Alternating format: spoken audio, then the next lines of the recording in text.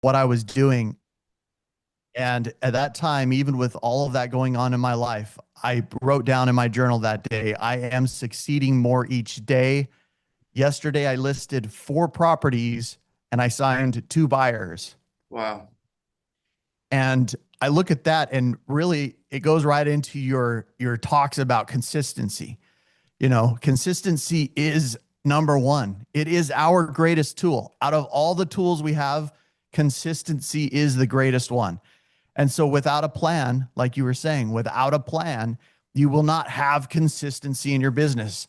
Without goals, you must have a clear purpose and a desire.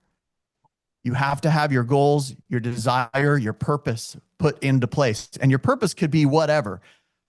Sometimes it's your kids, sometimes it's putting your kid into school, sometimes it's getting tires and struts for your car. Sometimes it's putting a new back window in your convertible beater, you know? But whatever your reasons are, whatever your purpose is, have a purpose, make it clearly defined, and then make that purpose part of your entire world to make those things happen.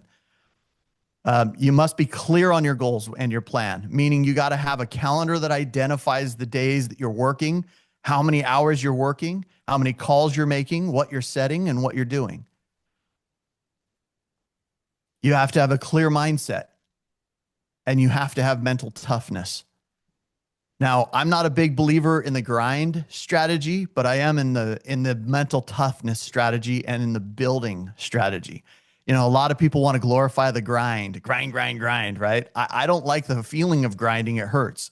But what the tough mindset does and the building mentality is I'm going to build, not grind. I'm going to create, not destroy. Yeah.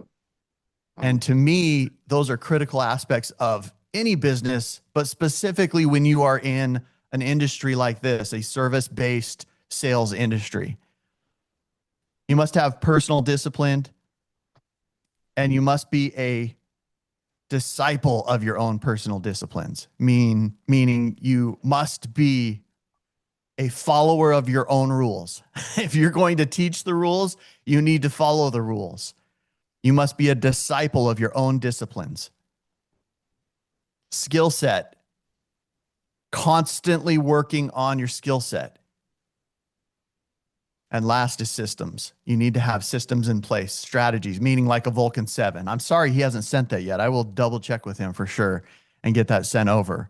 That's okay. Um, I love what you're hitting on right now because we have a couple new agents that are working on getting their license. My nephew's here also. I don't know if you heard oh, that. nice. Yeah, Uh, I heard that.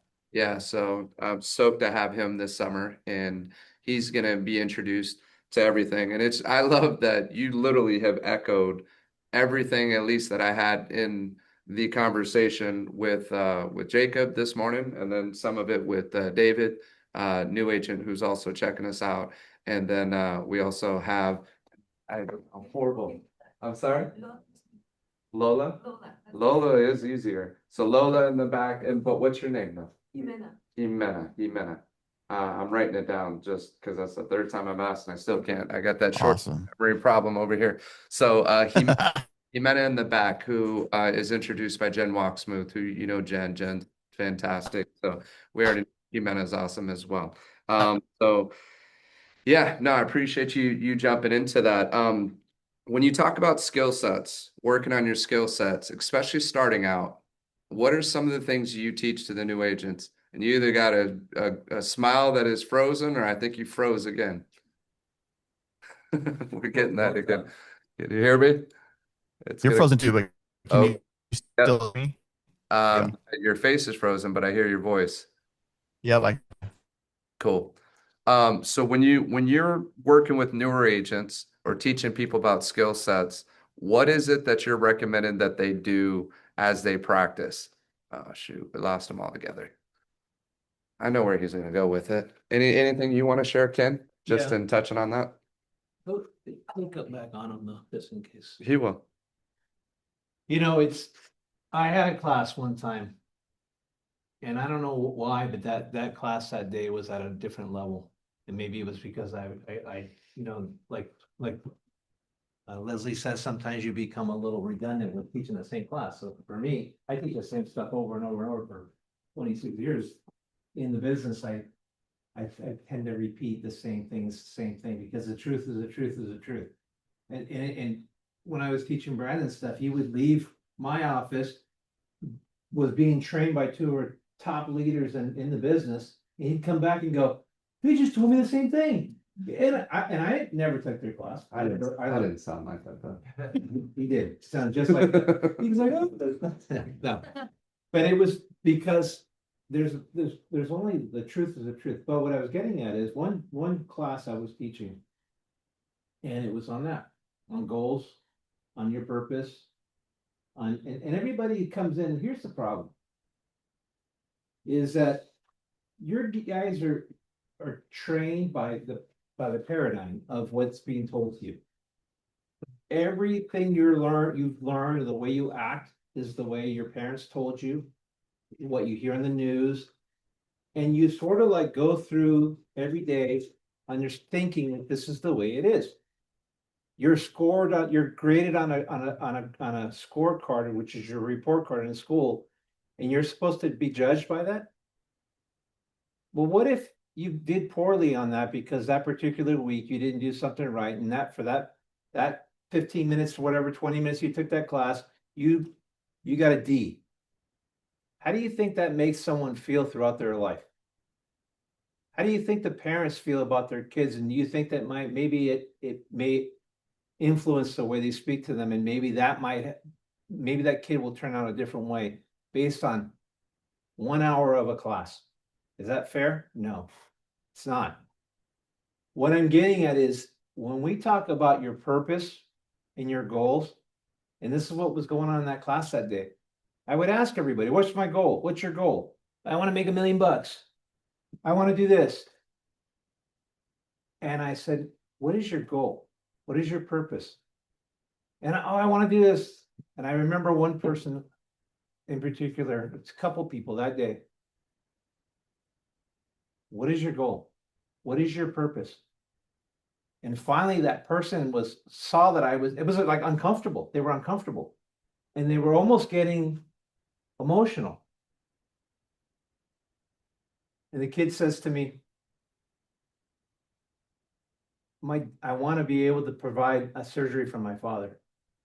He's been dealing with back issues and going to work every day to provide for our family. That was a real purpose. That's what you guys have to figure out what it is. Mm-hmm. There was another lady in the house, and the same thing was happening. And I was drilling her. And finally she says, I want to prove to my family, my kids, that I'm not just some stupid housewife. I'm not saying I'm saying that's what she said.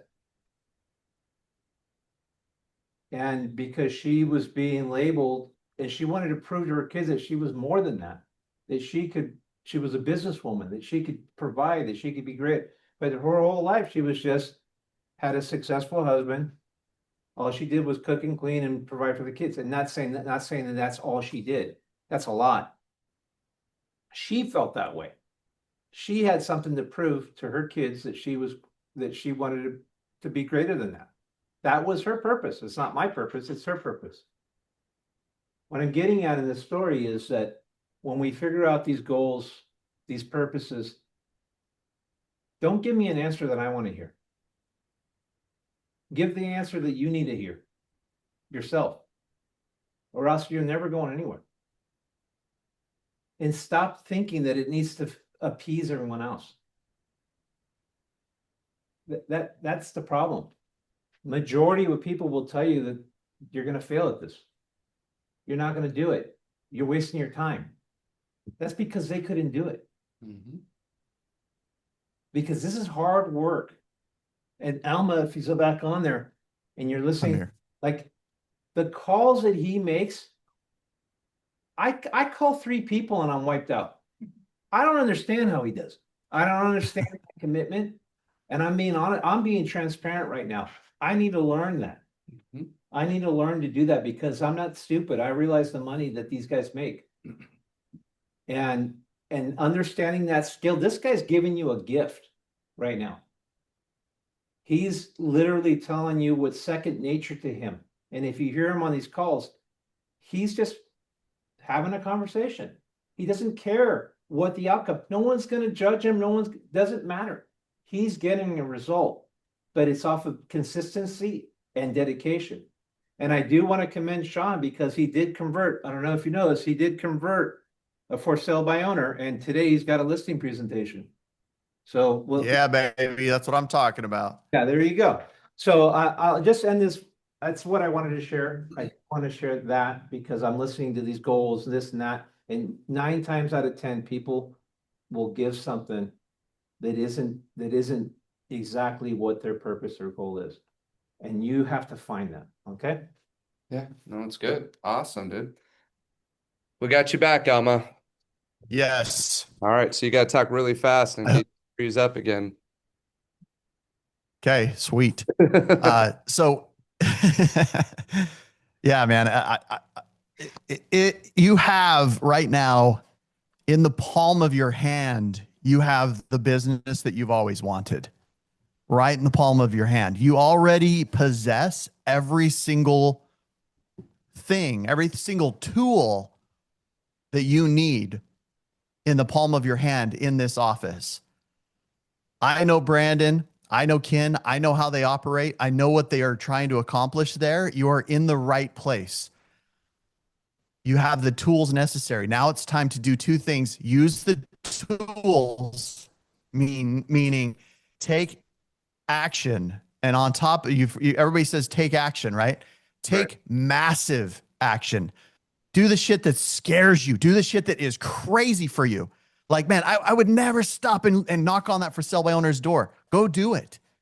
Pull over to the side of the road, take your card out, knock on the for sale by owner's door, say, hi, my name is so-and-so. I'm with such and such, and this is how we do it. I'm here to serve you. As soon as you're ready, I'm here to serve you. What works good for you? I can come back and we can have a conversation.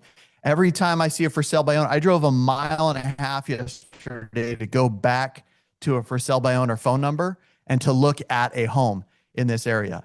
I listed a beautiful home out in Merritt Island, Florida yesterday. Gorgeous house in this unbelievable peninsula where you have a massive lake on one side and the ocean on the other. All these beautiful homes on a peninsula. And I got that from making for sale by owner calls. And these literally business is already streaming through your ears right now. You can go grab it right now today by simply picking up the phone and making calls and inviting yourself over to people, inviting people to allow you to come over to their house. And when Brandon was talking about manipulation versus persuasion versus leadership, being a persuasive leader is a gift to everyone, including them. That is all they want. They only tell you no if they think you're a pushy salesman. They only tell you no if they think that you have some high pressure sales pitch. If you have none of those things, you are reducing the risk of them working with you. And if you persuade them to serve their family in the best way possible or serve their scenario in the best way possible, they will move forward with you and they will list their homes with you. And so inside yourself, I always ask people this question, and I know I've probably asked it here before. How do you know for those who haven't heard this before, how do you know when the person on the other end of the line is comfortable? When you're comfortable. When you are comfortable. That's right. So you are leading them into comfort, and you will feel it immediately when they're comfortable because you will feel comfortable. And comfort happens in a conversation in person or on the phone when you lead them to that moment. Once you have comfort, the risk reduces, their walls come down, and then you can have a conversation about the house, and then you end up listing the home. And then you become their resource. And they become your raving fans, and they present you to their friends and their family and all of that stuff. And then they send you funny text messages. They start sending you memes, videos of themselves on vacation. I get all of this stuff from my clients that I met calling for sell by owners.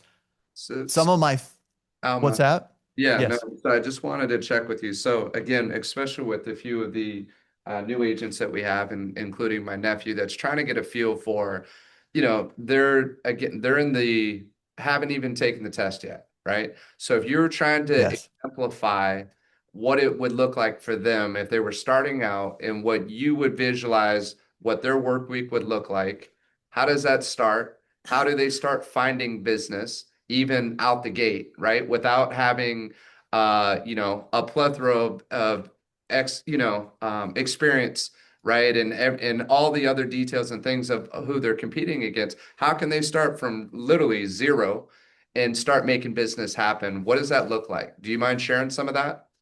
Yeah. So, and I don't know some of you personally, but I will share with you what really helped for me. If I go from zero, if I'm at zero, okay, and I need to make it, there's a few things I must have. Number one, I'm going to have a script. I'm going to have leads. And you don't have to buy you can do it the hard way and go on Zillow and on the for sale by owner sites. You can go on Facebook Marketplace and find for sell by owners on those resources. Okay. So if I don't have a Vulcan 7, like you guys are going to have this next week, I'm going to get on Zillow. I'm going to get on Facebook Marketplace. I'm going to get on my whatever local classified ad, if it's Craigslist or whatever. And there's for sale by owners out there. In Utah, there was a website called ksl.com, and it was a big classified ad website. And there was every for sale by owner listed their home on there. So whatever that is, that's where you're going to find them. Wherever they are market, also for sellbyowner.com, by the way, that's a pretty good one. For sellbyowner.com. And you can just hop on there and call those people and have those conversations with them. So then I'm going to have my appearance in check. Okay. I'm starting a career. I'm creating a new identity for myself. If I have a vision of myself on a yacht in 10 years or in 5 years or in 7 years, and in that vision, what do I need to change about myself now to get me to what's in that vision? Do I need to change my hair? Do I need to change my clothing preferences? Do I need to change my weight, meaning my health, my body, in order to get me to that dream? Those are things you have control of right now. You need a haircut? It's now. You're now acting the part. You're stepping into the part. You don't do that stuff after you make $1 million. You do it before you make $1 million. Guys, when I read in my journal of my 1010 and I had just listed 4 properties and signed 2 buyers, I was broke as a joke, starting all over. I just went through a terrible divorce. I lost my house. I lost all my cars. I had a $2,000 car, if that, maybe $1,500 car. And I was going to listing presentations like this, still signing 4 properties and signing 2 buyers in one day. And look at on the 8th, which was the previous day, I had 7 active listings, 5 active buyers, 4 under contract. And by the April, I had closed 2 deals, 2 listing sales already. So by April 8th, I was broke as a joke, but I had closed 2 listings, 4 under contract, 5 active buyers, and 7 active listings on the 8th. So then by the 9th, that just gave me 11 active buyers or 11 active listings and 7 active buyers. Guys, I did that through consistency. That's what I'm doing right now in my business. I'm creating massive action. I'm taking massive action. I'm being highly consistent, and I'm setting appointments every day and calling and responding. And oh, by the way, the one that I just did last week, if you guys recall, I said 70% of your listings will come from follow-up calls. Yep. Especially when you're starting out. When you get really good, it'll be it'll be you'll get a lot more at the initial appointment. But right now, especially 70% of your business will come from follow-ups. And so if you meet with people, talk to people, conversations with people, you always need to follow them up. 70% of your business can be lost if you do not follow up with them. And this is what you're going to learn and develop a system. So when you see the old school journal, when you see the old school calendar book, right? And these systems that we've been taught, there's a reason why we still hold on to it and still do it. Yeah, you can do everything on your iPhone. And if you can make your iPhone work, that's great. But I can tell you how many times I've missed appointments or forgot I had appointments because I've relied just on my iPhone and for that alert to go off, and the alert didn't go off, right? So when you start coming up with a system and a calendar, and I remember, Leslie, you sharing that year when you had your breakout year and had a great amount of production. I remember I asked you, what was the difference? And you shared with the group on Sundays, you planned out your entire week. And she had her whole week planned out. And so you act with more intention on your days. You don't come in and wonder, okay, what am I supposed to do today? You already know, okay, I'm working on Tuesday, I'm working on Thursday, I'm doing caravan on Friday, and then I'm going to work open house this weekend. So on Tuesday, these are the things I need to do. And this is what I want. When he talks about taking massive action, what does that mean? What is it? And your massive action is obviously going to be a heck of a lot more than a brand new agent coming in. But It for couldn't, coming it in, doesn't have to be.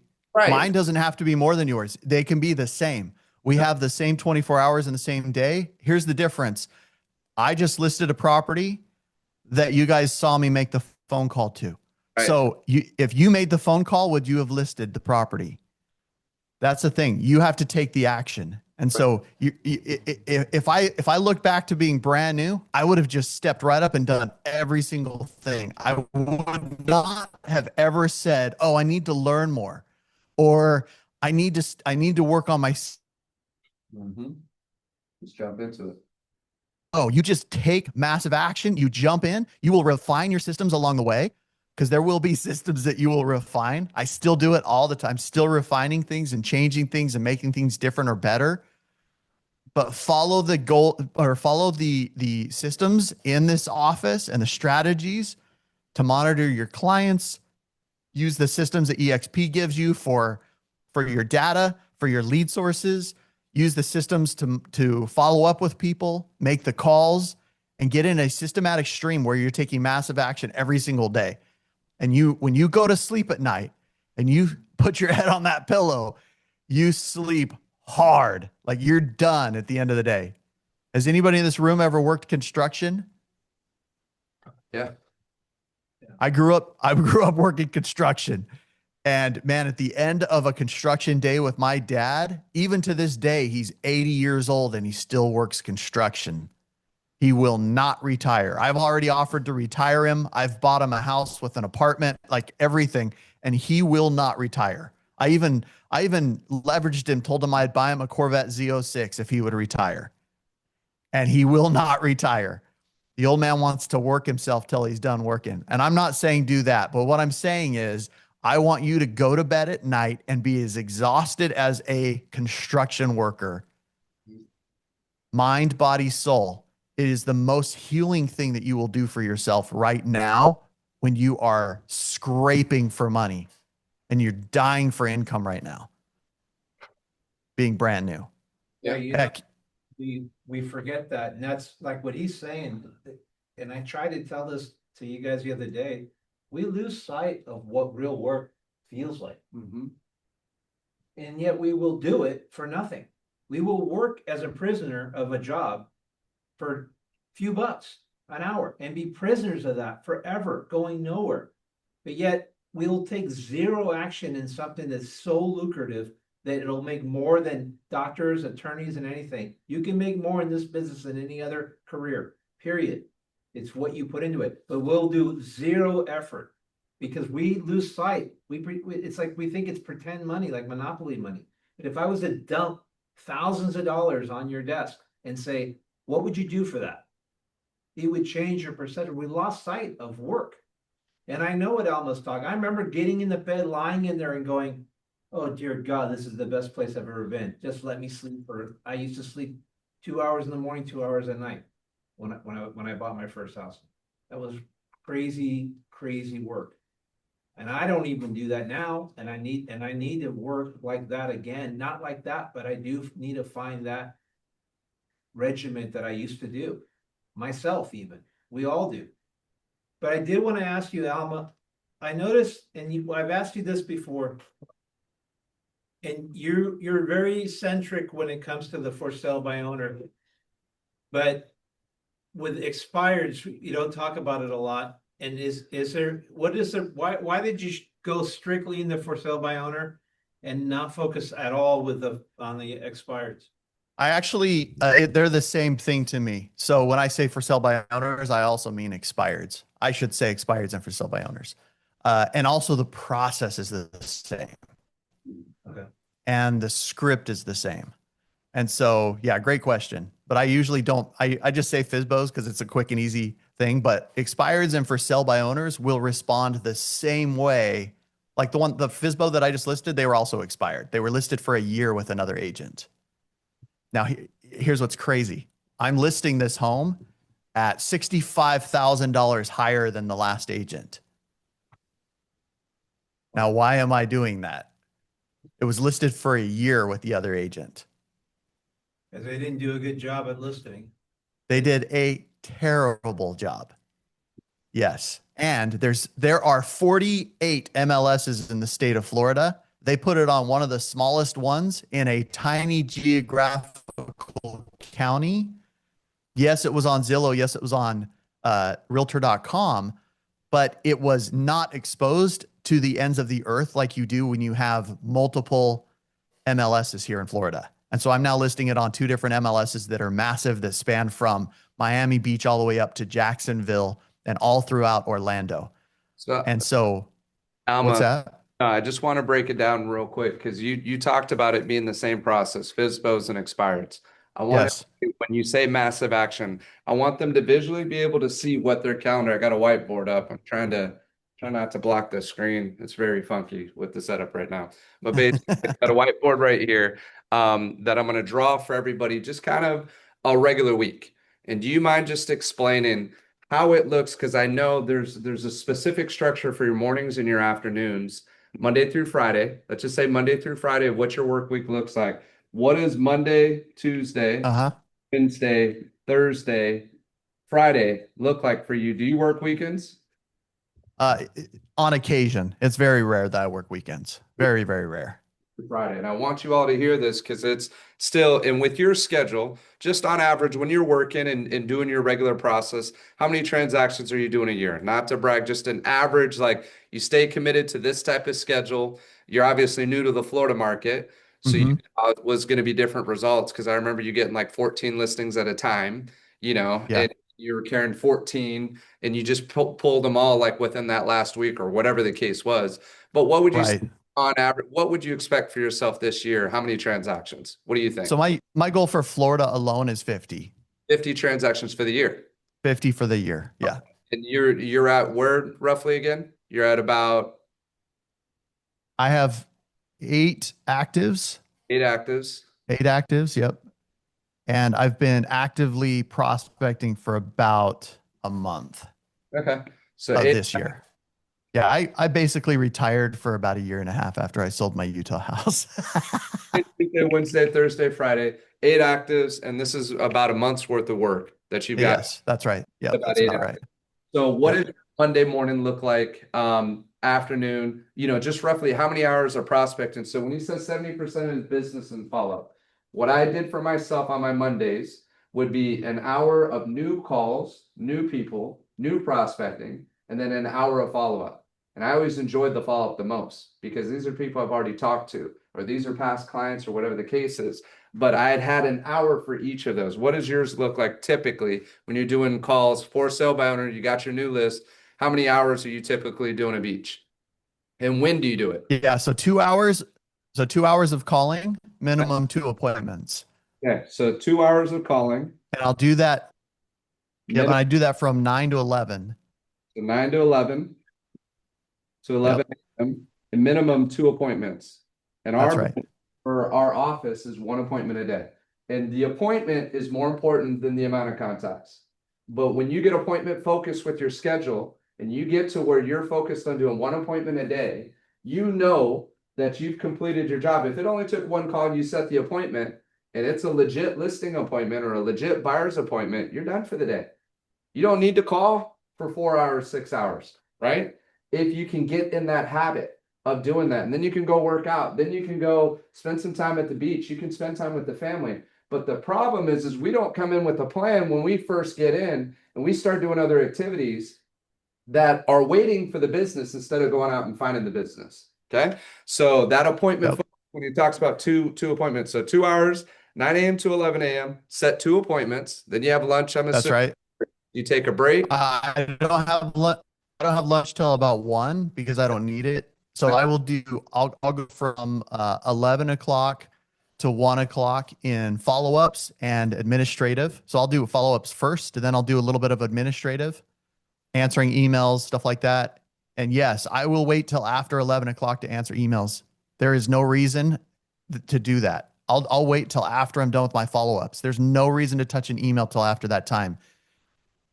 That's a very important thing because an email is everybody else to-do list, task list. What starts happening, one of the biggest things that you have to learn here is how to stay disciplined and how not to be distracted.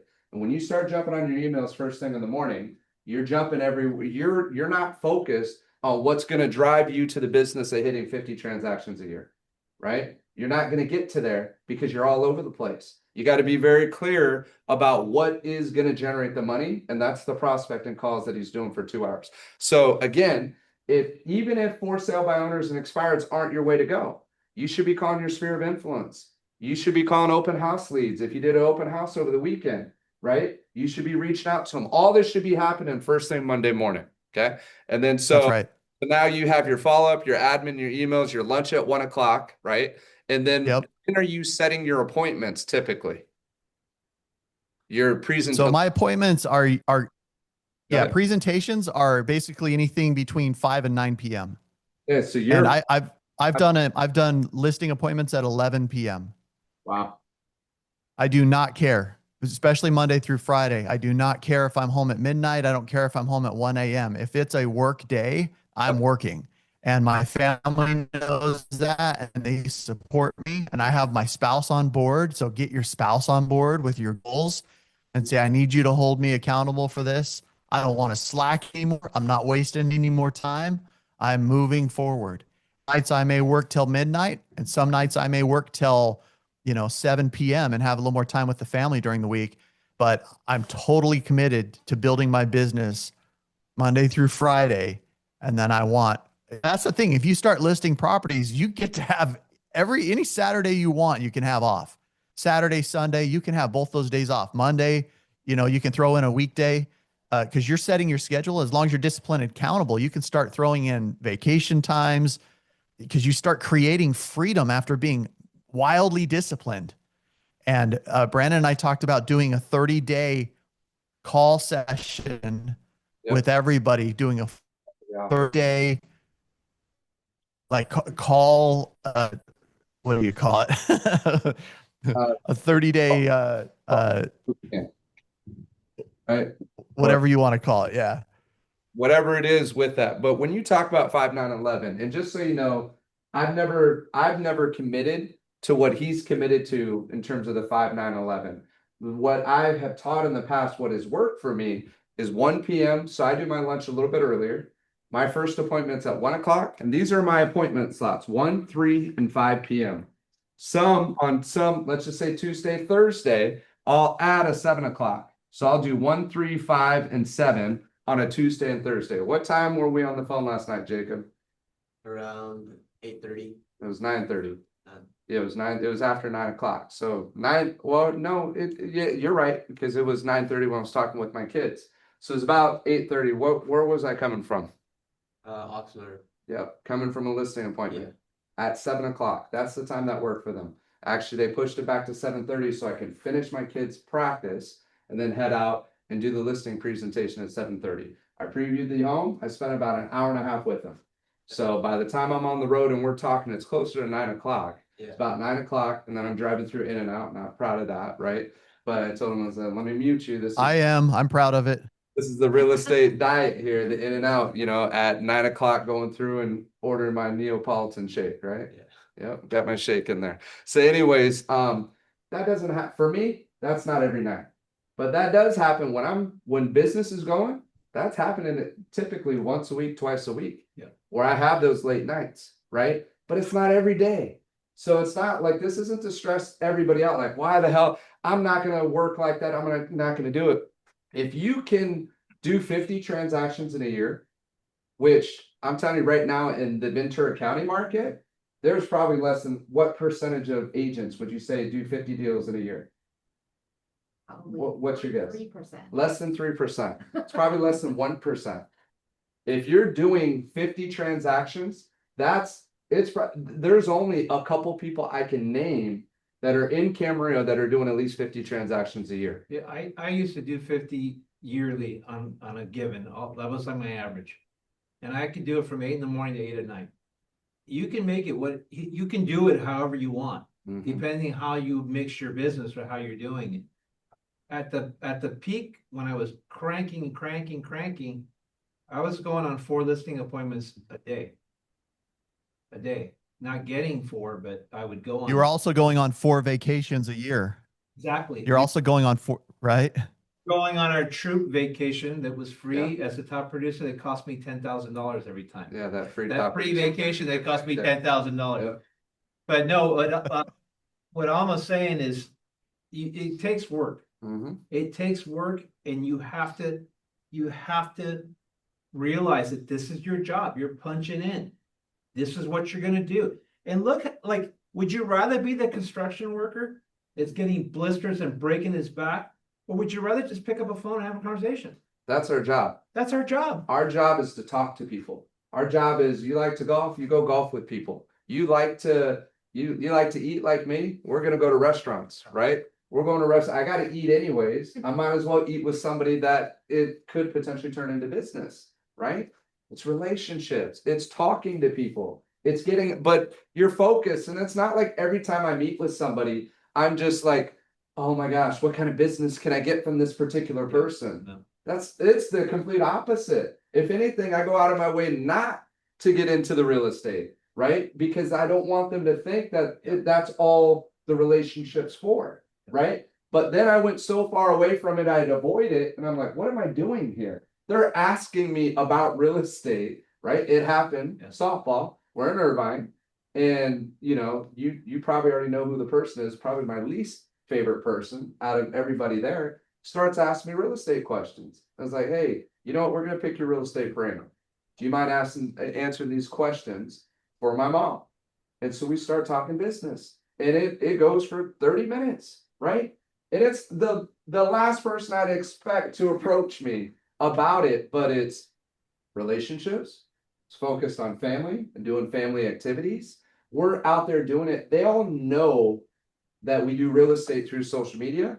They know it. That's what social media is good for. They know you're in the business. I don't need to start talking about it.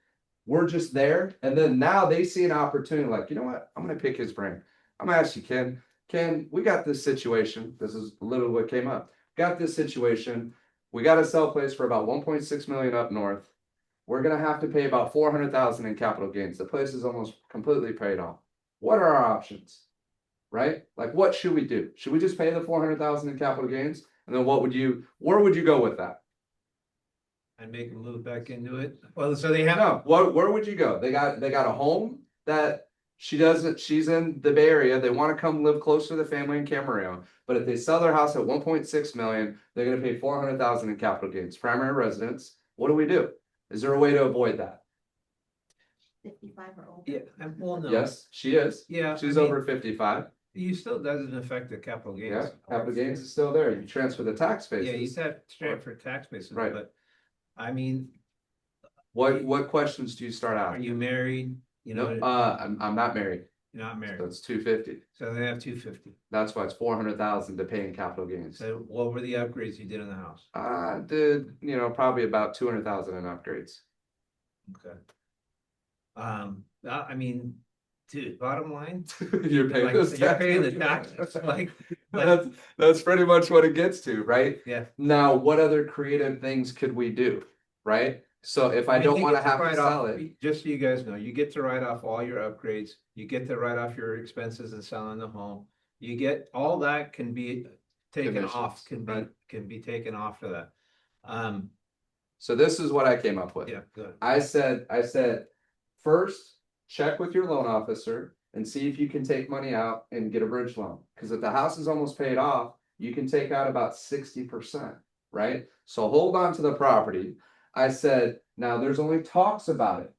And who knows how long it's going to take, but they're talking about increasing the amount in terms for capital gains, the amount that you get exempt. They're talking about it. Now, I wouldn't necessarily bank that this is going to happen because at the end of the day, when we get into talking about the real estate cycle, this turned into a 30-minute conversation. But basically, first thing I said, we had a situation where they pulled money out, they got an appraisal on their home, and they were able to pull out money so they could be a cash buyer here, especially if they're buying just like a little condo, little one-story condo here in Camarillo to be close to their family. They keep the other property, they rent it out, and they do fine just in renting the property out. Now, if things change and the law changes and they get a bigger write-off down the road, then maybe at that point you sell your property then, right? If that doesn't happen though, what you got to watch and be careful for is the cycle. And who knows when the bottom of the market is? When was the bottom of the market? What year? Oh, wait. Close. It was 08 till what was the very last low year? 10 or 11. 2011 was the trough of the market. Real estate market increases for how many years? We talked about this all the time. 7.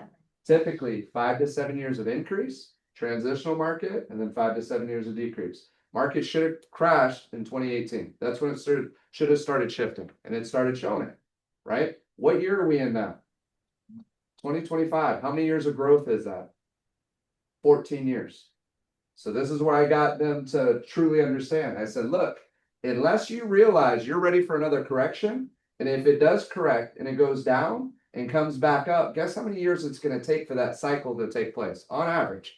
This is the old cycle that we've seen for over 100 years. On average, how many years do you think that cycle would take place from buying it where you bought it? It comes down and comes back up. How many years do you think that would take? What would you guess? Maybe 10. Good guess. Yeah. What do you think? Anybody else? Come on, the young guys trying over here. 18 years is the average, right? But it's already been 14 years of growth. It's supposed to be 18 for the full cycle. So how long is it going to take if it does come down for it to come back up? When I bought in 2004, it went up for a year, 2 years, then it crashed. Bought it at 415, went up to 515, went down to 300,000. Do you know how long it took before it got back to that 500 mark? 16 years. So I bring that situation up to them, and she's like, oh, well, I don't have 16 years. She's like, I'll be 90 years old by the time that happens. Do you think that's persuasive in getting them to potentially take that $400,000 capital gains hit? If you don't have another 20 years to recover, then you're worried about 400. And I also joked with her. I said, you know what? I hate to say it, but this is what my tax teacher said in law school. It's rich people problems, right?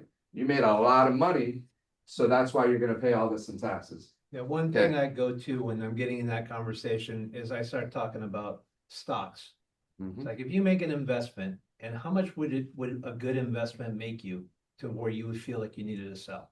And people will say 20%, 30, like, not everybody's saying 50. Most people say 20%, 15%. That's a good profit. Right. How much did you make on this home? And you look and you're paying taxes, yeah, but look at the profit you're taking. Look what you're from still this. walking Look away at what from. you're walking away. That's a great win. And you make them realize like that. It's a different perception. And that's what I said, because I said if the market does correct, I said, well, right now you're worried about paying 400, you're going to walk away with 1.2 million, right? You're walking away with 1.2 million cash in your bank account. So yes, you're going to get hit for that 400, but you try to avoid that. Don't do what I did when we held on to our place. Instead of selling it, we could have made a quick 100,000 in less than 2 years. We held on to it, it dropped. Took 16 years of making payments and stressing out for almost 20 years before we finally got back to making a profit. All because we were worried about paying capital gains. There are situations where you can take an investment property and 1031 it into a different state where the capital gains are different. Sorry, Alma. I know we went on another one. I mean, that you Oh, got, no, you're fine. No, I'm just part of the meeting, man. This is good. Good, man. and also wanted to say to you guys, if you got the schedule that I sent out the week at a glance, I put at the end of it an example schedule like what Brendan's doing right now. Yep. So you can look at that and it's a pretty good. It's pretty solid. It's pretty solid. Biggest, yeah, Yeah. no, the biggest thing I wanted to share with this is your mornings. That's where your high energy has to be. When he talked about doing your admin and your emails and that after you do your high energy stuff, high energy is where you're going to make your money. That's where you got to be on the phone. That's where you got to be following up with people. That's where you start your conversations. But for me, and keeping it consistent, and this is going to do just on average, usually about 20 transactions a year. My goal is to go on 2 to 3 appointments a week, right? But I'm legitimately setting an appointment a day or up to 5 appointments on a Monday because 50% of those are going to cancel or reschedule. Yeah. The cancel and reschedules, you're following up and you continue to follow up and set those appointments. So you're going to learn the skill of setting them an appointment. How do I set an appointment? Then you're going to learn the skill of how do I follow up? Then you're going to learn the skill of how do I present when I meet with them in person so that I can find out what their goals are and how we're going to help them accomplish those goals. Then you're also going to learn how to handle their objections. Well, I don't need an agent. I don't need to work. I've sold 3 on my own, right? Let Ken have that conversation with somebody or let Alma who handles for sale by owners. You know, this is what he eats for lunch, right? As far as that mentality, that's all they hear. Yeah, But there's a reason why he continues to be successful because he continues to know he has his objection handlers. He knows how to do it. And if you listen to him, he never makes them wrong. Yep. He's never there trying to prove to them, well, why would you try to do that? He says, no, you know what? You probably could sell this on your own. He's agreeing with them. But then he's sharing with them the questions that we talked about. Did they leave money on the table? Could they have gotten it done faster with a professional and potentially made more money? Hey, Alma, you mentioned something that I try to look at the psychology of a lot of this stuff whenever we're going through it. And there was one thing you said, and because you do your thing and it's second nature to you, but for us here that are novice, it's not second nature. And you said, how do you know when you're comfortable, when they're comfortable? And you said it's when you're comfortable. But I feel that you go into it with a certain comfort to begin with, versus other people don't. Like that helped me when I was calling. I witnessed him talking, and he was very comfortable. And I was calling some internet leads, and I went there with a different perspective. I said, you know what? How can I help these people? And how can I help them? And I went there with a comfort, knowing that I was going to do my job to help them. And those internet leads went way different than if I just called them weird, uncomfortable, awkward. It had a different, because I had a purpose. What do you think can give these people the comfort besides just I get that it's understanding the script. How do you prep yourself? How do you get into that comfort zone? What do you think it helped everyone here make that connection? Your expectation has to be their expectation. And what I mean by that is when you go into this, their expectation can't be wrong. And when I'm talking to them, my desire is to have, and you've probably heard me mention it before, a servant's heart. If their expectation is to avoid conversations that are difficult with salespeople, that's what I'm going to try to do. I'm not there to not serve them. I'm only there to serve them. Sometimes that's a conversation about what's going on in their life. Sometimes that's a conversation about why they hate agents and why I hate agents too. We'll have those conversations together. I'm I'm being for them what they need me to be on the phone, no matter what. And usually it ends up in a conversation about the house and then about coming over and meeting. And so initially it's like, hey, they just want to shut me off and shut me up. But because I have a servant's heart, that's how I go into it with the most amount of comfort I can possibly have. That's why I sound very comfortable, because I have no expectation for the outcome of that call. I have a direction and an intention and a desire, but my expectation is to serve them when I'm calling them. And the rapport is built on conversation about the house, and then it turns into an appointment. Thank you for that. And I just want to point something out that he does to do that. And we all can do it. And I know Brandon and I do it all the time. When we know what the objection is going to be, we just call it out. We just bring it up. To, you know what I'm saying? Like, you know, why are you shaking your head? You know, like, give me an example of when you would do that. Well, you just anticipate, you can kind of tell the flow of where they're going, so you just anticipate where they're gonna go, so you just blurt it out, beat them to the punch. Right. So what's It makes the Mhm. you feel more comfortable. exactly? So what's the first part of the script that he says that's calling out the objection that's obviously that he's perceiving is going to happen? You're probably getting a lot of these calls. You probably have 1,000 agents giving you a call, right? That's the first part of his script, because it's just, you know, it's calling it out right there, and you get it out of the way. And that agent sticks out. And now you're not one of those people that everyone else is by calling it out. You already differentiate. You're differentiating yourself. Yeah. And But- also that point, Ken, for instance, this one that I just listed. You guys hear me okay? Oh, we can, yeah. Okay.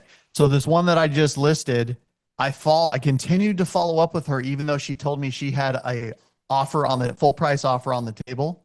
And that was her reason for us not being a second time. Cause but I met her at her open house, and, that was the reason for us to not continue, was that, oh, she has somebody already offering on the property. Okay. The property's sold, right? Well, I still kept in touch with her. I was still her friend. She was still in my follow-ups. And so I wanted to find out, how did it go? What did the offer look like? Where are you at? We just lost him. I wanted to ask the question. So I'm sure he'll hop back on. But you know, for many of you, I don't know what you guys thought coming in today in terms of the training, but what are your thoughts from what you're hearing? What are your questions about? Does it make sense, you know, in terms of what he's talking about? Yes. I really had no expectations talking about expectations. I Uh-huh. just came here to learn and Yeah. know everybody here in the office. Uh-huh. But it's very rich, you know, it's very consistent information. To the outcome. All the things that I'm hearing, it's kind of like you already know these things, Uh-huh. but when you put it into perception, real estate and how that applies in very specific ways. It's Right. super helpful. And we've been an hour and I'm like learning so many things. Good. But also it's good to put it into perspective. Like, for example, have an example. Like, for example, maybe Alma can express like an example, like this is how I call, like how Yep. it's, hey, this is Alma, Uh-huh. like put it into action. Like, Yeah, and we if do. see that into action will be even more helpful. It'll make more sense. 'Cause And that, it makes it more comfortable for us when we're there, like not Right. like oh, so scripted, you know, like Right. natural and kind of see how he interacts. we'll give you a copy of the Can you give script. Can you give her a copy of the script? Yes. You're new, so you missed it, but So, he gives Yeah, us. a so copy. we all have his script that he's developed, that he's refined over like 15 to 20 years. He's created it himself, and he has it broken down to the wall up front, right? How to get past the wall, then how to create the rapport, and he does that over asking questions about the property, and then how he gets to the close, the three different parts of his actual script. So we have that, and You then need to be quick when they have these objections, be ready, like, Right. like thinking that you need to be like practice. Yep. And that is what we practice, and we can do it. He's you know, he's big on practice and on just making calls. We've done it in the past where we actually role play it. So you could like you and Leslie could exchange numbers and then call on a Tuesday at 8 a.m. And then she calls you and says, okay, every Tuesday, 8 a.m., we're going to do this for 15, 20 minutes. And then when she calls you, it's ring, ring. Then you need to do it with somebody that knows. Yep. So actually makes like real questions. Yep. It's gonna put you in that situation. Absolutely. And then by you practicing it, you get more comfortable on how you respond. And the better that you can respond and feel comfortable, you put them at ease because now it's not a big deal, right? Where before their goal is to get off the phone. That's what most of them are trying to do. They're trying to get off once they realize that you don't have a buyer and you're not calling to try to show their property and you just want to list the home. Most of them in their head are, all right, I just want to get off. I either want to hang up or I'm going to say, you know what? I'm not interested in doing that at this time. Text me, call me back at another later date. You'll get a lot of that. But the more that you practice it, the more comfortable it gets. Now you know how to respond to their objections. Now you know how to ask more questions and get them to self-discover that it actually is to their benefit to sit down and meet with you. No, you need to be very skillful to do that by phone. Yep. I mean, you're incredible because when you're in person, it's so easy. There's body language, there's like Yep. eye contact, Yep. these things. But on the phone, it's like, Well, it's I don't want to lose them, you know, and you need to be super careful on not losing them on those few minutes because then they're not going to want to talk to you. After Right. that, you know, you need to use that. Sometimes the phone is your secret weapon a little bit because what ends up happening is you can be anybody you want to over the phone. right. Whereas in person, you are yourself in full flesh. And so you can be for them who they need you to be over the phone. And then that will translate a little bit more when you're in person. Hey, So I look at it as kind of a secret weapon. for calling me. Let me grab this real quick, but Ken's gonna help you with it real quick. Sorry about that. No, you Perfect. finish what you were saying when you went with that call. You went to that appointment, and then they said they had said they had an offer on the property, and you said you wanted to follow up to see how it went. That's right, and then it got cut off. Yeah. So then I just followed up with her and I kept in touch with her. And I said, and then I just sent her a random text and I said, because she had told me that she had surgery done on her thumb. And I said, I just sent her a random text that said, hey, I hope your thumb is doing well. And I hope that that buyer goes through and you get the money that you want to out of the house. I'm really excited for you guys. That's what I said to her. And that was it. And then about 2 days later, she said, okay, thank you. And then about 2 days later, she sent me a text that was like an inquisitive, like, hey, tell me what you do to market homes. And I was like, oh, cool. So that follow-up really helps. And always believe that you're going to potentially get the listing. You have to have a belief within yourself that you will get the listing. If you don't believe that you will actually get it, you don't have confidence that you can actually get it, then you will probably not get it. As a matter of fact, I'll say your chances are they go tremendously down. And so always having a belief that you're the best person for the job and that you can get the listing. You will serve that person. It doesn't matter how much experience you have. It doesn't matter how many years you've been doing it. It doesn't matter how many homes you have listed. They didn't ask me any of those questions, none of them. So all that matters is that they feel like that you are competent, capable, and confident in the process. They don't need to know that very few people even care how many homes you've sold. It doesn't mean a lot to them. They only care that you will take care of them. That's the number one thing. And those of you that have seen me do the little balance beam thing, in any sale, people have to perceive you as the expert. You have to stay and report throughout the whole process, and they have to perceive you as the expert in order for them to defer to you business in any sale. If you're not coming across as the expert or confident in what you're saying, they're not going to do business with you. So you have to know what you're talking about, and you have to be able to say things that are sound bites and things that can, share stories of what you've done, share something that you're doing right now, and that will give you some credibility. but they have to perceive you as an expert. You have to be the authority. And a lot of that is done through asking great, fantastic questions, outstanding questions. So having a list of questions, I've sent that over to you guys, the 10 questions that I ask every for sale by owner when I meet with them.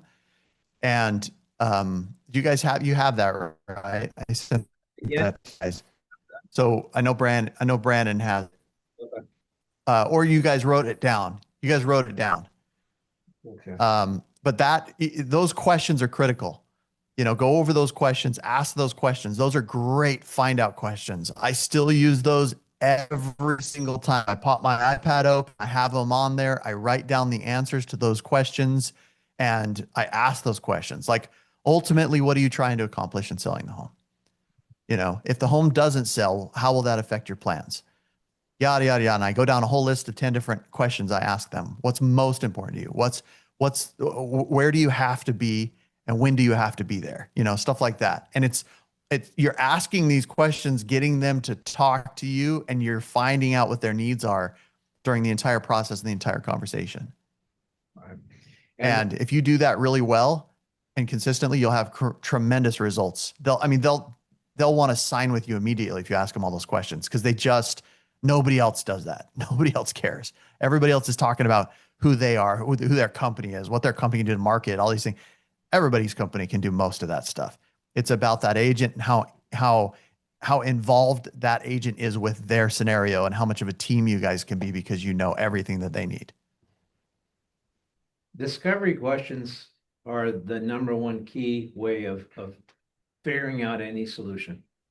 You have to ask questions. Not only does it give you the answers the answers that you're looking for, it also shows that you care about what their interest is. It shows that you have interest in what they care about. I've been told on listing appointments. I've gone on multiple listing appointments against the top dogs because I was doing some luxury real estate and I had to have my A game. And I've had people say after the fact, I'd ask them, why did you choose me? They said, because you were the only one that asked me what was important to me. Everyone else talked about themselves.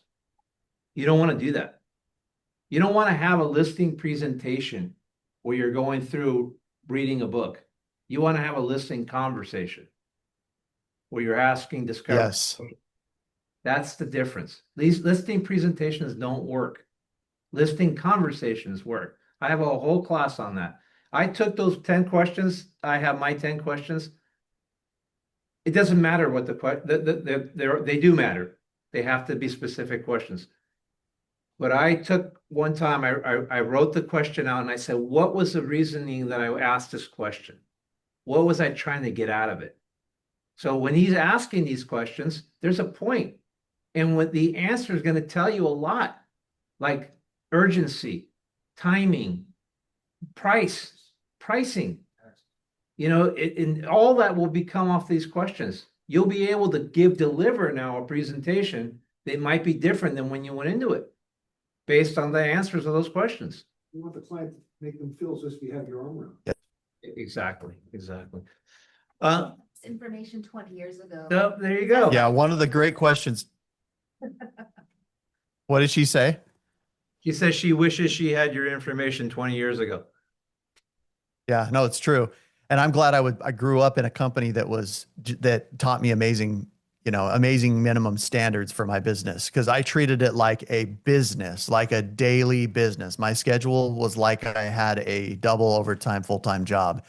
And that's where I learned all this stuff. But one of my favorite questions I was going to mention is, what would you expect out of an agent that you choose? As far as marketing, as far as exposing, as far as leadership, what would you expect out of an agent that you choose? And I love that question, because then they go, well, I want you to sell the home, and then I want you to, and then they start talking about you, and you start going, okay, all right, I can do that. Yep, we can make that happen. That makes sense. Okay. And then I start writing down what they would expect out of me. And then I'll say, I can accomplish all those things. Is there anything else?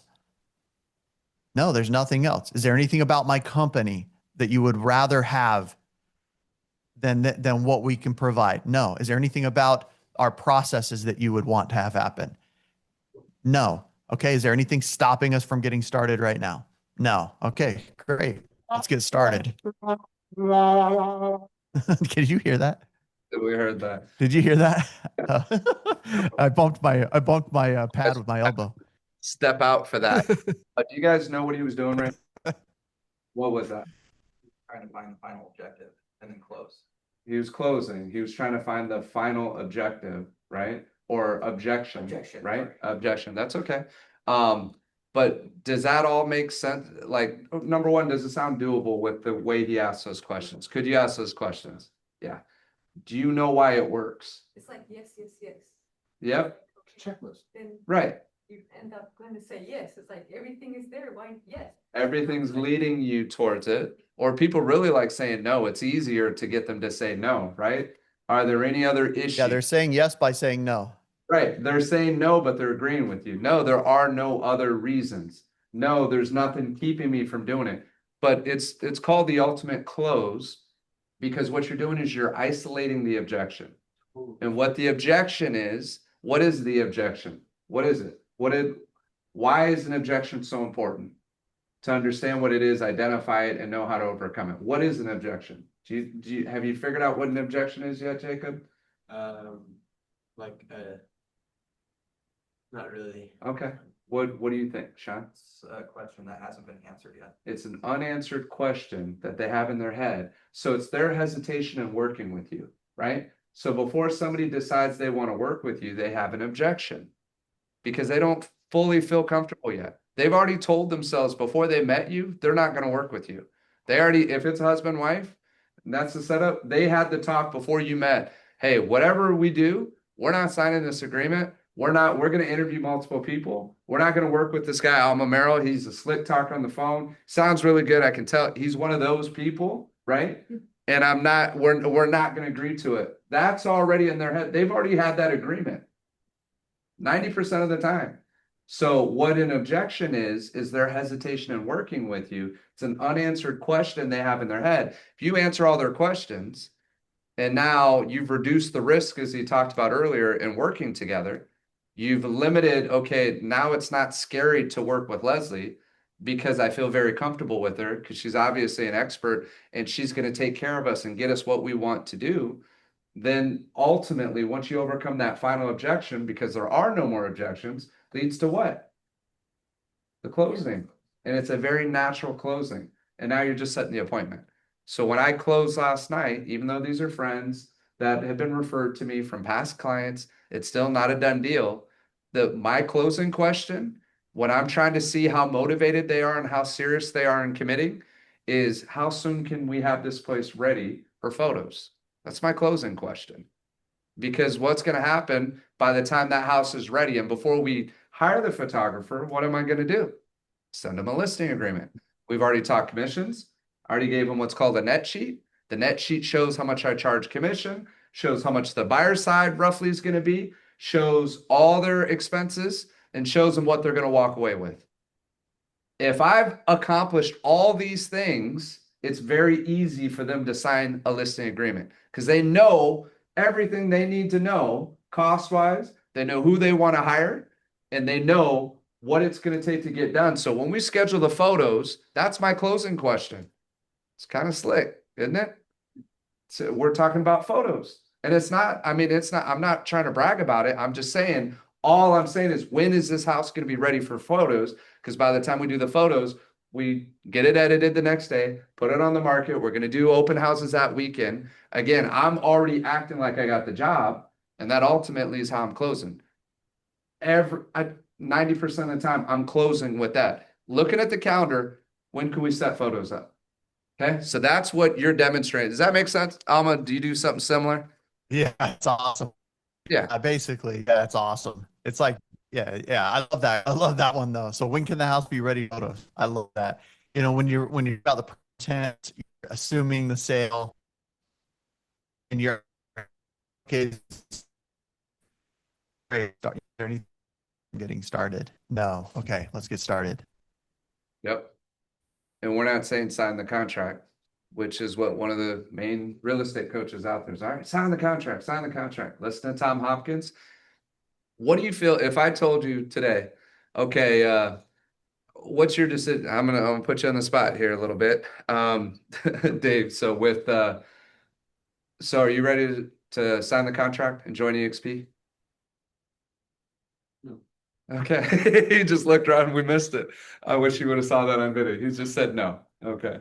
Do you mind sharing with me why you're not ready to sign the contract? Well, I mean, everything sounds great, but I've only talked to you. Okay.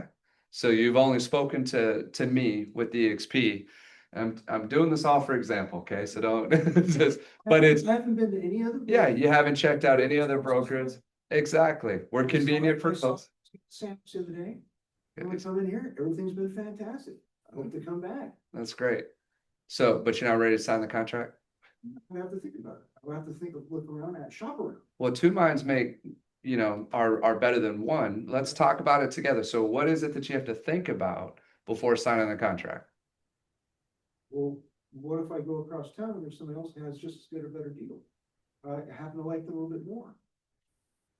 So you don't really like us then, is what you're saying? So, It's almost like pursuing two women at the same time. oh man, so now you're pursuing another woman. So now you're gonna cheat on us with another brokerage is what you're saying. Okay. So no, and so first thing I want to point out, I said, are you ready to sign the contract? Right? Went straight for the close. How does that make you feel by me just saying you ready to sign the contract? Puts me on the spot. Put you on the spot, but do you feel a little like hesitation in just saying, yeah, let's sign the contract? A lot, right? So I'm using this as an example. When I said, when are you ready to do the photos? How does that make you feel? Right? More relaxed. A lot more. It's like you said. It's slick. part of the process, right? It is slick, but it's more, there's certain words that are going to create that apprehension. When we think a contract, that's a commitment. That's signing your life away. That's signing something that it's like, well, I don't know if I know everything. And I also, as a salesman or a leader, have not done a good job of asking you enough questions yet before I'm trying to go for the close, right? You got to remember, you got to be at a spot like you feel good about a lot of the things. Well, a better question would have been, Dave, how do you feel about what we've talked about so far here today? It's great. It's been great. Awesome. What have you liked specifically? Like what has been great about what you said? The transparency. The transparent. So you like just open, honest, transparent. I like shoot from the. You like shoot from the hip, straight to the point. Shooter, Clint would shoot at me. Let's go. Yeah, but let's real Beat talk. around the bush. No fluffing around, right? Yes. I like it. What personality style is that, Leslie? Driver. Driver, more driver. That's right. And you're going to learn about the personality styles. Driver.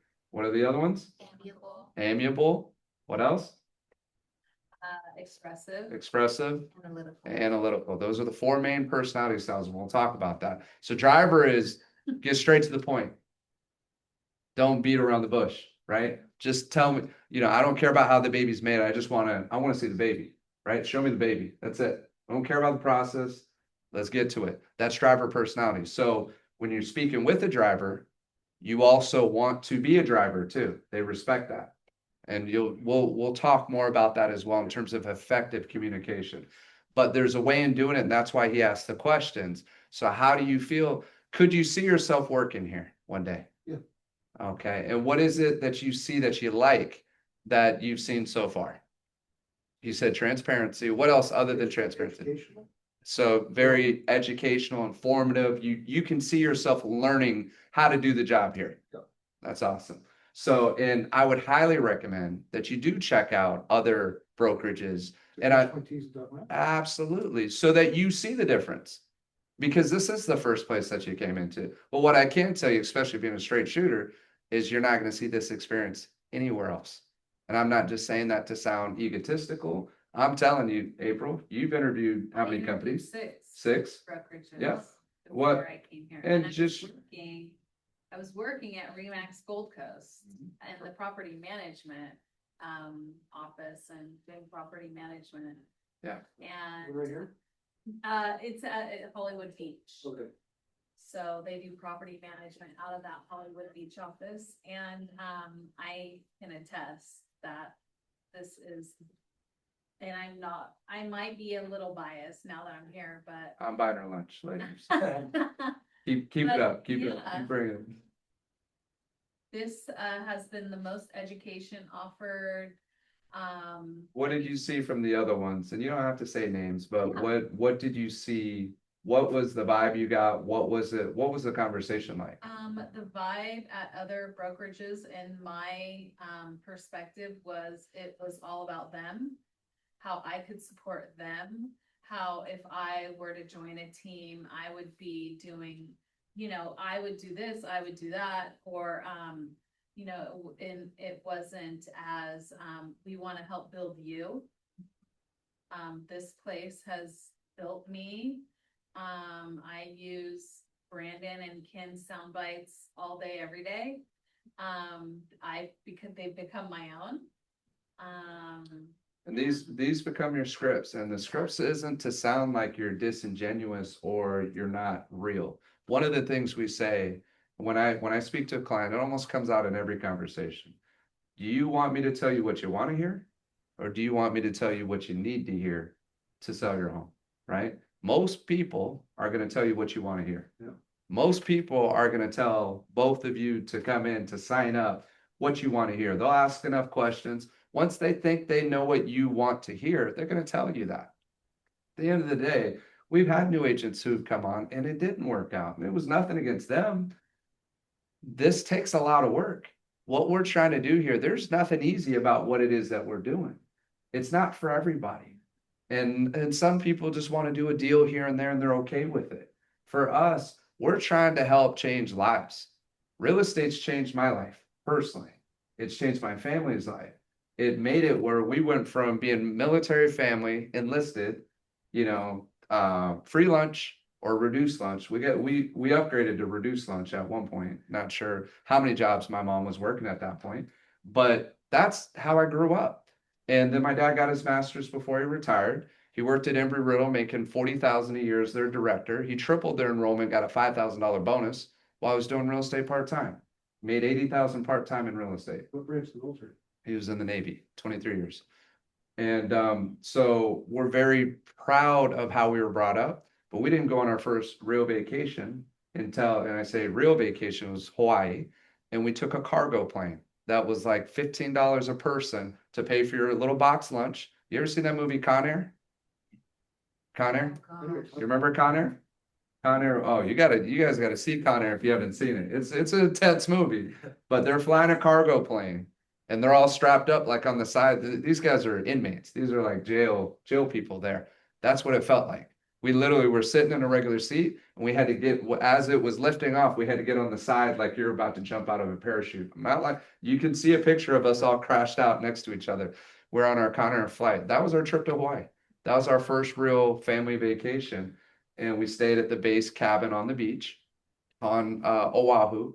That was our first trip. We did camping before that, but we never went on a vacation until my parents started selling real estate. I started seeing financially things change. And I was like, I think I can do that. I was like Jacob's age and going to Hawaii for the first time and being like, all right, I could live this lifestyle one day. But that just kind of gave the taste. And then seeing what we can do. And Leslie, you've been around it. You've seen it. You've seen your career transform. You've seen others. And that's our goal. We've been taught a lot and we're here to share as much as we can. You're willing to work? This is the place to be. It's a good spot, really good spot. And where you start is going to be high. You don't always have a choice to get a second chance. Let's just put it that way. It's not to put any pressure on you in making the right choice. But if April would have went with any of the other spots, there is a chance.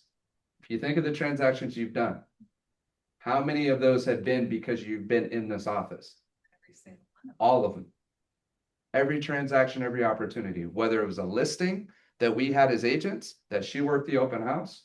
Her very first deal she pulled on her own was from whose listing? Brittany. Brittany's listing on the That was third the floor house. at Riverdale. Your Aunt Brittany, right? It was her listing. She did an open house on her own, and it was a neighbor who was a young kid. How old? Like 24. 24. I think he cried when he saw ants. He cried a couple of times. It was a shoulder for him to cry on. But it was funny. But that was her very first buyer transaction that she generated completely on her own.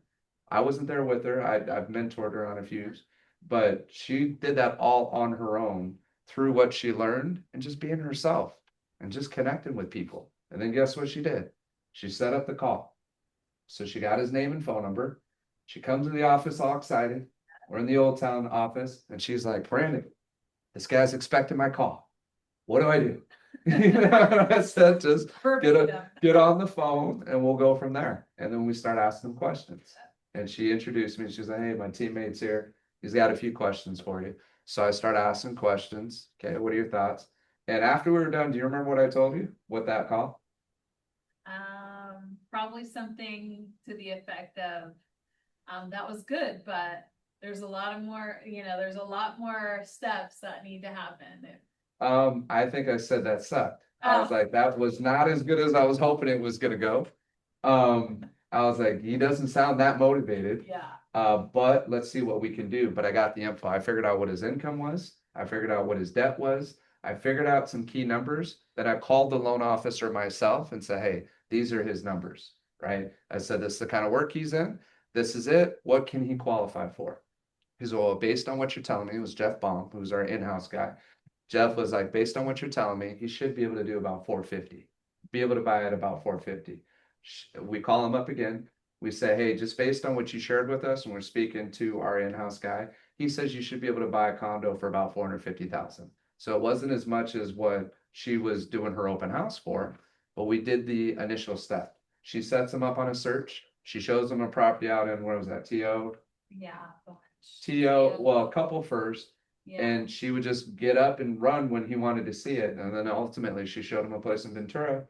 He liked it. He wrote an offer, got it accepted. She put him in escrow. How long were you working with us at that point? Oh, just a couple months. Yeah, less than like 2 months. So I'm just sharing it because where you start, what opportunities are in front of you. I've heard this from other agents. This agent was doing it for about 6 months. I said, have you worked any open houses? It's one of our competitors, one of the independent. You know the office very well. You know a lot of people in that office. And I asked him, he said, no, I haven't done a single open house. I said, why not? He said, because they said I'm not trained well enough to do an open house for any of the agents. I said, well, how are you going to get trained if you can't do any open houses?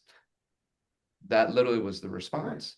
That's what he was told, that his skills weren't good enough yet to do it. And a lot of offices, that's the vibe and the feeling that you get. So not saying which one it is, you got to ask those questions. How am I going to build my business? How am I going to grow those opportunities? That's the source. Ken and I always joked, and Alma, I appreciate you hanging in here and listening to all this. But we always joke because and you know George and John very well. And they all built another massive company, Century 21 Everest, started from Everest and then became C21 Everest, #1 in the world for Century 21. Their office is still, it's a beacon in real estate, and they built it from the ground up. And they teach how to be strong, powerful agents, Monday through Friday work schedules, taking listings on the calls and being primarily a listing agent. But Ken's objection, and Ken and George used to butt heads early on. I don't know if you ever knew that or not, but it's kind of some fun history. But Ken's thing was, he's like, let him do his prospecting, his calls Monday through Friday. He's like, I'll build a brokerage where all we work is Saturday and Sunday and do open houses. He's like, and we will crush Everest. This is what he used to tell me back then, right? That's awesome. And the reality is, especially in California, you had that schedule and all you did was work open houses. I knew this guy that started with me 20 years ago. It was his second career. He was an engineer originally, but he wanted to make some extra money. And so he started doing real estate. Passed away a couple of years ago. I run into him after law school and we run into each other. I see him putting these signs. He was always doing just creative things. And I'm like, what's going on? He's, oh man, business is good. I was like, really? I was like, how many you got? Because I've done 14 in the first quarter, 14 transactions. I'm like, 14 in the first quarter? So, all right, dude, what's the secret? Like, what are you doing? He's like, I work open houses, constantly, but he gets them during the week. And nobody else is doing them during the week. He's like, why am I going to go in an office where nothing's happening, where I can go inside an open house, get a vacant open house, be there from 8 a.m. to 5 p.m. and just meet all the buyers that are coming into town. And I get one close to the freeway and close to easy signage. And he has his folders with all his information about him. He's dressed up, suited up, works Monday through Friday. So instead of being on the phone making calls, he's sitting there and he's waiting. It's a different philosophy, but waiting for them to come in, and he's meeting all of them. But he said the What reason, if you make calls while you're waiting? oh, even better, right? But the reason why he had so many transactions, guess what his single answer was? Follow up. It was his ability to follow up with everybody that he met. And he did everything off of that. It doesn't matter what you decide to keep as your source of finding business, but you got to figure something out. And early on, you try a couple things, but don't try a bunch of things and then just give up because you really didn't figure any of them out. If you learn just what Alma's teaching, and it's not just, I'm not minimizing it, it's one of the hardest, but one of the best. It's the best return on investment that you're going to get. You want to be successful as an agent. If you learn what he teaches you, and that's all you learn, you will be successful. I'm not saying it just because of this. I know what he does. That's why when we talked about the schedule, I already knew what he was going to say before he said it. When we talk about our foundation and our beliefs and what it takes to be successful as a real estate agent, we're cut from the same cloth. We know what it takes. We do it. And we know what it takes. And we know that we'll always be able to provide no matter what's going on in the marketplace because we stick to what we know works. So you learn what he's teaching, whether you continue with it or do something else, you won't need to, but you can use the same system with anything else and be highly successful in your business. Whether you do open houses on weekends or during the week, whether you're primarily with your sphere, and that's mine, is my sphere of influence. All of my business has been sphere of influence based. I've done open houses. Unfortunately, I haven't been as successful this year at open houses. It's just the reality of it. But what I have been good at is the softball tournaments. I've been out there in Irvine. I've been out there on the fields coaching. As soon as I'm leaving baseball practice for a listing presentation, another one of the parents is like, hey, I got some real estate questions for you. I said, I can't be late. Call me on the way out there and we'll talk. We talk 20 minutes. I'm going to follow up today, get some more information on that property. They see you moving and shaking. They see you out there in your presence. That's all it is. So you just got to do it, but you got to be disciplined. So mine's not as planned as his is. It's the same skills. It's the same follow-up. And then it's still setting appointments. And then it's closing. So you got to learn those parts of the process. Does that all make sense? Cool. Alma, any final words you got? I know a lot there. Yeah, Jesse just put into the chat all of those 10 questions. So if anybody wants those, they're on the chat. And so those questions to ask. But to your point, Yep. if you have massive consistency, you'll have massive results and you'll have predictable outcomes. You'll have predictable income. You'll know you'll be able to go on that cruise. You'll know you'll be able to go on that vacation because you're consistent with your daily schedule. If you do that, you'll have predictable outcomes and predictable income. Awesome. I love it, dude. Well, we'll see how it goes with the Vulcan 7. Hopefully we get that going and then we'll touch base from there. Do you want to tell the group what you were planning for the next month, what you wanted to do, your suggestion? Yes.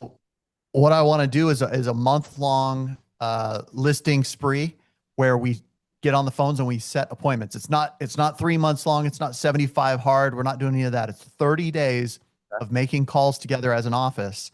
Yep. 30 days of every day for 2 hours. We get on the phones and we make calls, not for 7 hours, not for 12 hours like I've done before. Right. 2 hours. You're going to get on the phones and set appointments. And for 30 days, it's temporary.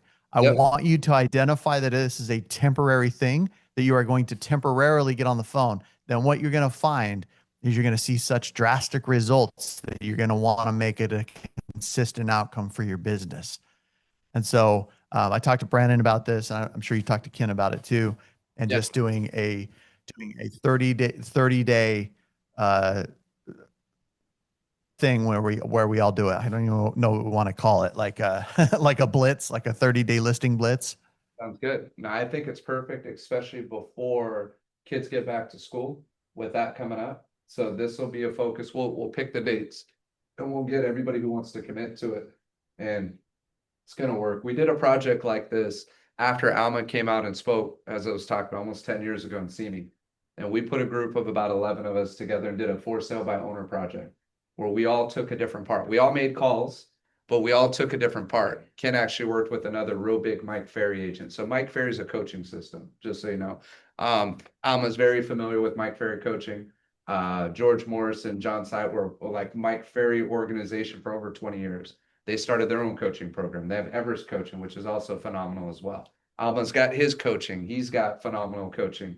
Yeah, is yours called the closer cult, or what do you call your coach? Yeah, I call it close. Yeah, it's Closer Cult, and then I'm launching Closer University, and Closer. so I'm going to have an app, and I already have a website. So go to closeruniversity.com with a Z, the Z in Closer, Closer University, and then on if you jump on YouTube, Instagram, Facebook, you can go on and jump on Closer University on there, and you'll see a ton of stuff starting to pop up here now and in the next 30 days of training based content. And then the app will be cool because you'll be able to subscribe to the app and get material that is really detailed into. I mean, you guys are going to be loving this. It's really detailed into tones, rates of speech, why I sound the way I sound when I'm talking to people on the phone, why it works that way, why people just keep saying yes, why I can talk to 13 people and set 10 of them, or, I've talked to 35 people and set 20 appointments out of 35 people. So it's just a matter of being highly effective with every single interaction, every single call, and every single client. And I'm teaching all of those skills, tips, and tricks in Closer University in the app as well. That's awesome. So if you want to see, as you were talking about the demonstration of it, he has a YouTube channel. Definitely look him up on Instagram. And your Instagram handle again is Closer Cult. Closer Cult with the Z, right? Cult. CLEER. CLOZER. Yep. CLOZECULT. Yep. Closer Cult. Everything I That's do is with a Z with the closer stuff. watch. He's just doing calls, and then fast forward it to when he connects with him. Just listen to his conversation.